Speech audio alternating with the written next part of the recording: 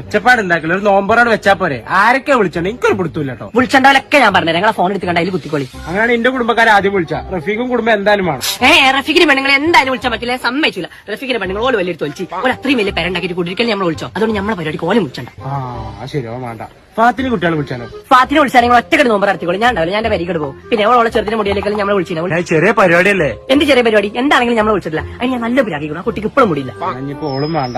രാധാകൃഷ്ണ കുടുംബമാണ്, ഓന്റെ അടുത്ത ചെങ്ങായിയാണോ, അല്ലാതെ പറ്റൂല. സുബ്ഹാനെ, രാധാകൃഷ്ണനോ? മനസ്സാ മൂപ്പർക്ക് ഇപ്പോഴും പിരാന്തുണ്ട്. മൂപ്പർ ഇപ്പോഴാ സൈക്കാളജിസ്റ്റിനെ കാണാൻ പോക്ക്. നിങ്ങൾക്ക് അറിയില്ലേ? പരിപാടിന്റെ ഇടയിലേറ്റ് മൂപ്പർക്ക് ഇളകിയ പരിപാടി ആകെ കൊളവും. ശരി, എന്റെ കുടുംബക്കാരും കമ്പനിക്കാരും നമുക്ക് പറ്റില്ല. എന്നാ ആരെ വിളിച്ചോണ്ട് പറയാം? ആരെ വിളിച്ചിട്ടുണ്ടായി ഞാൻ പറഞ്ഞുതരാം. ഫസ്റ്റ് റെജിനെയും കുട്ടികളും വിളിച്ചണം. അല്ലെങ്കിൽ വേണ്ട. റെജിന്റെ അൽവാസിനോട് ഒരു കല്യാണം ഉണ്ടായിട്ടുള്ളൂ, ഞാൻ ഒരു വാക്ക് പറഞ്ഞില്ല. റെജിൻ കുട്ടികളെ എന്തായാലും വേണ്ട. കുഞ്ഞുട്ടിനും കുടുംബത്തിന് എന്തായാലും വിളിച്ചണം. കുറെ കാലമായി ഓളും കുട്ടികളൊക്കെ ഒന്ന് കണ്ടിട്ട്.